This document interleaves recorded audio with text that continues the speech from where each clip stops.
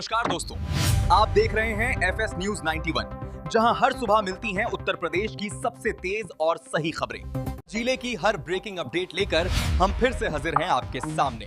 तो चलिए शुरू करते हैं आज की टॉप हेडलाइंस। तो जल्दी से वीडियो को लाइक करो, एफएस न्यूज 91 को सब्सक्राइब करो और कमेंट में बताओ आप किस जिले या शहर से ये वीडियो देख रहे हो। प्रधानमंत्री किसान सम्मान निधि योजना की 21वीं किस्त से पहले जरूरी सूचना। किसान भाइयों, अगर आपने अभी तक पंजीकरण नहीं कराया है तो 30 नवंबर तक अवश्य करा लें। मुख्यमंत्री योगी आदित्यनाथ के निर्देश पर फार्म सिटी अभियान के तहत हर गांव में किसान पंजीकरण शिविर लगाए जा रहे हैं। मुख्यमंत्री ने सभी जिला अधिकारियों को 30 नवंबर तक हर गांव में शिविर आयोजित करने के निर्देश दिए हैं। इसके लिए कैंप चार्ट तैयार कर राज्य स्तर पर साझा करने को कहा गया है। साथ ही पीएम किसान सत्यापन कार्य को भी तेजी से पूरा करने के निर्देश दिए गए हैं, ताकि सभी पंजीकृत किसानों की जानकारी पूरी तरह से सत्यापित की जा सके। त्रिस्तरीय पंचायत चुनाव के लिए नई जमानत राशि और व्यय सीमा तय। ग्राम प्रधान पद के उम्मीदवारों को अब 1,25,000 रुपए, ब्लॉक प्रमुख को 3,50,000 रुपए और जिला पंचायत अध्यक्ष को चुनाव प्रचार के लिए 7 लाख रुपए तक खर्च करने की अनुमति दी गई है। रेलवे स्टेशन पर खाद्य सामग्री की जांच होगी। रेलवे प्रशासन ने निर्णय लिया है कि अब स्टेशनों पर बिकने वाले सभी खाद्य पदार्थों की जांच की जाएगी। इसका उद्देश्य यह सुनिश्चित करना है कि कोई भी विक्रेता निर्धारित मूल्य से अधिक दाम पर सामान न बेचे। जो दुकानदार ज्यादा दाम वसूलते पाए जाएंगे उनके खिलाफ कड़ी कार्रवाई होगी, जिसमें जुर्माना और लाइसेंस रद्द करना शामिल है।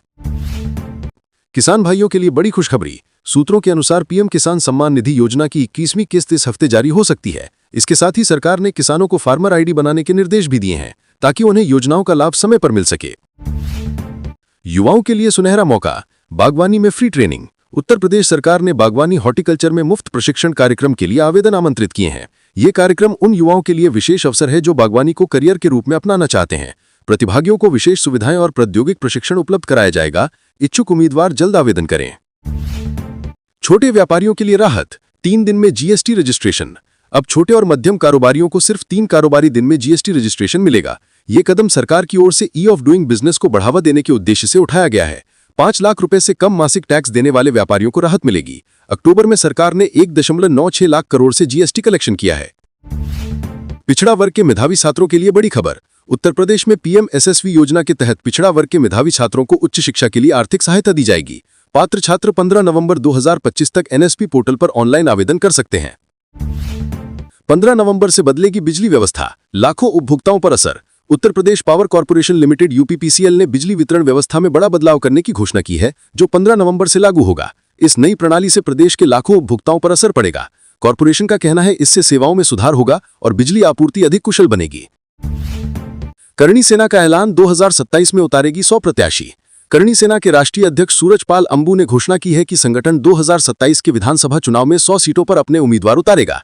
उन्होंने मुख्यमंत्री योगी आदित्यनाथ पर भी टिप्पणी की और कहा कि करणी सेना अब उत्तर प्रदेश में सक्रिय भूमिका निभाएगी। नवंबर से 6 बड़े बदलाव लागू। बैंक खाते में अब 4 नॉमिनी जोड़ सकेंगे। यूपीआई से टोल भुगतान सस्ता होगा। कमर्शियल गैस सिलेंडर के दामों में 6.50 रुपए तक घटे। त्रिस्तरीय पंचायत चुनाव की तैयारियां शुरू। उत्तर प्रदेश राज्य निर्वाचन आयोग ने पंचायत चुनाव की तैयारियां शुरू कर दी हैं। अब उम्मीदवारों में चुनावी खर्च की सीमा तय कर दी गई है। ग्राम पंचायत सदस्य से लेकर जिला पंचायत अध्यक्ष तक के प्रत्याशियों के लिए अलग अलग सीमा निर्धारित की गई है। आरक्षित वर्ग के उम्मीदवारों को नामांकन और जमानत राशि में 50% तक की छूट दी जाएगी। प्रधान पद के प्रत्याशी अधिकतम 1,25,000 रुपए तक खर्च कर सकेंगे। फास्टैग नियमों में बड़ा बदलाव, 15 नवंबर से लागू। टोल प्लाजा से गुजरने वाले वाहन चालकों के लिए राहत की खबर है। सरकार ने फास्टैग के नियमों में संशोधन करते हुए डिजिटल भुगतान को बढ़ावा देने का फैसला किया है। अब यूपीआई से टोल भुगतान करने वाले चालकों को 25% तक की छूट मिलेगी। पहले जहां बिना फास्टैग के भुगतान पर 2 गुना शुल्क देना पड़ता था, अब यूपीआई से भुगतान करने पर केवल 1.25 गुना टोल फीस लगेगी। ये बदलाव टोल वसूली प्रणाली को पारदर्शी और डिजिटल बनाने की दिशा में अहम कदम माना जा रहा है। National highway authority of India NAI ने सड़क पर वाहन चलाने वालों के लिए एक बड़ा फैसला लिया है। अब केवाईसी प्रक्रिया और आसान कर दी गई है। नई गाइडलाइंस के तहत अब सिर्फ नंबर प्लेट की फ्रंट फोटो अपलोड करनी होगी, जबकि वाहन की साइड फोटो की आवश्यकता खत्म कर दी गई है। इसी बीच देश में चुनावी तैयारियों और सुधारों के दौर में मुख्य चुनाव आयुक्त ज्ञानेश कुमार ने कानपुर में एसआईआर स्पेशल इनिशिएटिव रिव्यू को लेकर बड़ा बयान दिया है। उन्होंने बताया है कि जल्द ही 12 राज्यों में 11 करोड़ मतदाताओं की मतदाता सूची का शुद्धिकरण कार्यक्रम शुरू किया जाएगा। आधार कार्ड को लेकर बड़ा स्पष्टीकरण। UIDAI unique identification authority of India ने स्पष्ट किया है कि आधार कार्ड नागरिकता, निवास या जन्म तिथि का प्रमाण नहीं है, बल्कि यह केवल पहचान का प्रमाण, आइडेंटिटी प्रूफ है। टेक्नोलॉजी से सशक्त बन रहा है उत्तर प्रदेश। उत्तर प्रदेश में सैमसंग इनोवेशन कैंपस के तीसरे चरण में देश भर के 10,000 युवाओं को आधुनिक और उभरती तकनीकों का प्रशिक्षण दिया गया है, जिसमें 5,000 प्रशिक्षु सिर्फ यूपी से हैं। इस कार्यक्रम का उद्देश्य युवाओं को स्वावलंबी बनाना और इमर्जिंग टेक्नोलॉजी के माध्यम से रोजगार के अवसर उपलब्ध कराना है। गोरखपुर में आयोजित एक समारोह में मुख्यमंत्री योगी आदित्यनाथ ने कहा कि टेक्नोलॉजी जीवन में बदलाव लाने और व्यापार को गति देने में अहम भूमिका निभाती है। उन्होंने ये भी कहा कि प्रधानमंत्री नरेंद्र मोदी के नेतृत्व में भारत ने भ्रष्टाचार और वैश्विक पहचान के संकट से बाहर निकलकर दुनिया की चौथी सबसे बड़ी अर्थव्यवस्था बनने में सफलता हासिल की है। बरेली में बनेगी green energy township. Uttar Pradesh के बरेली जिले में ग्रीन एनर्जी टाउनशिप विकसित की जाएगी। ग्रेटर बरेली और रामगंगानगर आवासीय योजना के बाद अब बरेली विकास प्राधिकरण BDA ने पीलीभीत रोड टाउनशिप के विकास कार्य पर पूरी ताकत झोंक दी है। दावा किया जा रहा है कि नए साल से पहले भूमि अधिग्रहण का कार्य शुरू हो जाएगा।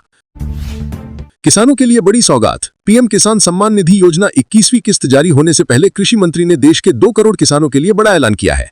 किसानों को अब उन्नत बीज, उर्वरक और कृषि उपकरण खरीदने के लिए आर्थिक सहायता दी जाएगी, जिससे उनकी उपज में बढ़ोतरी होगी। गौरतलब है कि पीएम किसान सम्मान निधि योजना के तहत किसानों को हर वर्ष 6,000 रुपए की आर्थिक सहायता प्रदान की जाती है। उत्तर प्रदेश पुलिस भर्ती में परिणाम जारी होने से पहले ही 448 अभ्यर्थियों को बाहर कर दिया गया है। ये कार्रवाई दस्तावेजों के सत्यापन के दौरान की गई, जिसमें कई उम्मीदवारों के कागजात में त्रुटियां या अपूर्ण जानकारी पाई गई। भर्ती बोर्ड का कहना है कि यह कदम भर्ती प्रक्रिया की पारदर्शिता बनाए रखने के लिए उठाया गया है। SIR से जुड़ा बड़ा अपडेट। 4 नवंबर से BLO घर घर जाकर फॉर्म वितरित करेंगे, जबकि 7 नवंबर को नई मतदाता सूची जारी की जाएगी। इलाहाबाद हाईकोर्ट का अहम फैसला। इलाहाबाद उच्च न्यायालय ने उत्तर प्रदेश के सभी शैक्षणिक संस्थानों में व्यावसायिक गतिविधियों पर रोक लगा दी है। इसके साथ ही शिक्षा संस्थानों को केवल शैक्षणिक कार्यों पर ध्यान केंद्रित करने के निर्देश दिए गए हैं। गोरखपुर में बिजली पर निजीकरण के खिलाफ आंदोलन की तैयारी। गोरखपुर में बिजली कर्मियों और किसानों ने बिजली के बिल के निजीकरण के विरोध में एकजुट होने का निर्णय लिया है। सूत्रों के अनुसार आंदोलन की शुरुआत मुंबई बैठक से होगी, जिसके बाद इसे राष्ट्रव्यापी स्तर पर विस्तारित किया जाएगा। संभल में बिजली विभाग की बड़ी कार्रवाई। यदि आपने कभी भी बिजली का बिल नहीं भरा है तो सतर्क हो जाएं। उत्तर प्रदेश के संभल जिले में विभाग ने ऐसे 25,419 उपभोक्ताओं की पहचान की है, जिन पर 94.60 करोड़ बकाया है। सबसे अधिक उपभोक्ता बबराला डिवीजन में है, जबकि संभल डिवीजन में सबसे ज्यादा राशि बकाया है। विभाग ने बकाया वसूली के लिए RC जारी करने और प्रशासन की मदद लेने की तैयारी शुरू कर दी है। पैन कार्ड को लेकर बड़ा अपडेट। भारत सरकार ने स्पष्ट किया है कि 1 जनवरी 2026 से ऐसे लोग पैन कार्ड का उपयोग नहीं कर सकेंगे जिन्होंने उसे आधार कार्ड से लिंक नहीं किया है। आधार और पैन लिंक करने की अंतिम तिथि 31 दिसंबर 2025 तय की गई है। यदि निर्धारित समय तक लिंकिंग नहीं की गई तो पैन कार्ड डीएक्टिवेट हो जाएगा। शिक्षा मित्रों के मानदेय और तबादले पर अनिश्चितता बरकरार। मुख्यमंत्री योगी आदित्यनाथ ने 5 सितंबर को शिक्षा मित्रों के मानदेय वृद्धि और कैशलेस योजना में शामिल किए जाने की घोषणा की थी, लेकिन 2 महीने बीत जाने के बावजूद इस पर कोई आधिकारिक आदेश जारी नहीं हुआ है। वहीं मानदेय बढ़ाने के लिए गठित समिति ने असमर्थता जताई है, जिससे शिक्षा मित्रों में नाराजगी बढ़ रही है। बेटियों के लिए बड़ी सौगात। शादी अनुदान योजना में बदलाव। उत्तर प्रदेश समाज कल्याण विभाग ने शादी अनुदान योजना का दायरा बढ़ाने का प्रस्ताव तैयार किया है।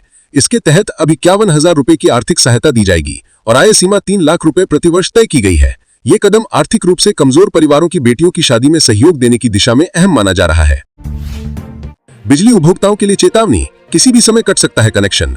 मध्यांचल विद्युत वितरण निगम लिमिटेड MVNL ने बकायादारों के खिलाफ सख्त रुख अपनाया है। त्योहारों के बाद 19 जिलों में बिजली चोरी और बकाया बिल न भरने वालों पर कार्रवाई शुरू होगी। स्मार्ट मीटर में माइनस बैलेंस दिखने के बाद भी भुगतान न करने वालों के कनेक्शन काटने के निर्देश जारी कर दिए गए हैं। विभाग ने अभियंताओं को राजस्व वसूली तेज करने और नई बिजली व्यवस्था को सुचारू रूप से लागू करने के आदेश दिए हैं। मनरेगा मजदूरों के लिए नई शर्त लागू। केंद्र सरकार ने मनरेगा योजना में काम करने वाले सभी एक्टिव जॉब कार्ड धारकों के लिए eKYC को अनिवार्य कर दिया है। यदि मजदूर ये प्रक्रिया पूरी नहीं करते हैं तो उनका काम अस्थायी रूप से रुक सकता है। सरकार का कहना है कि ये कदम पारदर्शिता और फर्जीवाड़ा पर रोक लगाने के लिए उठाया गया है। लखनऊ में खुलेगा उच्च शिक्षा निदेशालय का कैंप कार्यालय। राज्य सरकार ने आदेश जारी कर उच्च शिक्षा निदेशालय डायरेक्टरेट ऑफ हायर एजुकेशन का कैंप कार्यालय लखनऊ में स्थापित करने के निर्देश दिए हैं। शासन ने उच्च शिक्षा निदेशक को इसके लिए कार्रवाई प्रारंभ करने का आदेश दिया है। एटा कासगंज रेल लाइन पर काम जल्द शुरू होगा। एटा जिले के लोगों के लिए खुशखबरी है। एटा कासगंज रेल लाइन परियोजना के लिए भूमि अधिग्रहण शीघ्र ही शुरू की जाएगी। इसके तहत 16 गांव के लगभग 112 हेक्टेयर भूमि अधिग्रहण की जाएगी। पूर्वोत्तर रेलवे ने इस संबंध में नोटिफिकेशन जारी कर दिया है, जबकि जिला प्रशासन ने भूमि अधिग्रहण के लिए 50 करोड़ रुपए की मांग शासन से की है। प्रधानमंत्री नरेंद्र मोदी का वाराणसी दौरा। 7 नवंबर को बिहार में चुनावी कार्यक्रम समाप्त करने के बाद प्रधानमंत्री नरेंद्र मोदी वाराणसी पहुंचेंगे। वे रात्रि विश्राम के बाद अगले दिन वाराणसी से खजुराहो वंदे भारत एक्सप्रेस को हरी झंडी दिखाएंगे। इसके साथ ही वह 3 अन्य ट्रेनों को भी वर्चुअल माध्यम से रवाना करेंगे। कार्यक्रम में रेल मंत्री अश्विनी वैष्णव और रेलवे बोर्ड के चेयरमैन भी मौजूद रहेंगे। नवंबर महीने में 6 बड़े बदलाव लागू। इस बार नवंबर में कई अहम बदलाव हुए हैं। बैंक खातों में अब 4 नॉमिनी जोड़ सकेंगे। यूपीआई से टोल पेमेंट करना अब सस्ता होगा। कमर्शियल गैस सिलेंडर के दामों में 6.50 रुपए तक की कमी की गई है। इन बदलावों से आम उपभोक्ताओं और व्यापारियों को सीधा लाभ मिलने की उम्मीद है। इस महीने कई बड़े बदलाव लागू हुए हैं, जिनमें बैंक नॉमिनेशन के नए नियम, कमर्शियल गैस सिलेंडर के दामों में कमी, टैक्स से जुड़े संशोधन और एआई सेवाओं से जुड़ी नई घोषणाएं शामिल हैं। इसके साथ ही चैट जीपीटी गो और जेमिनी प्रो का सब्सक्रिप्शन भारतीय यूजर्स के लिए मुफ्त उपलब्ध होगा।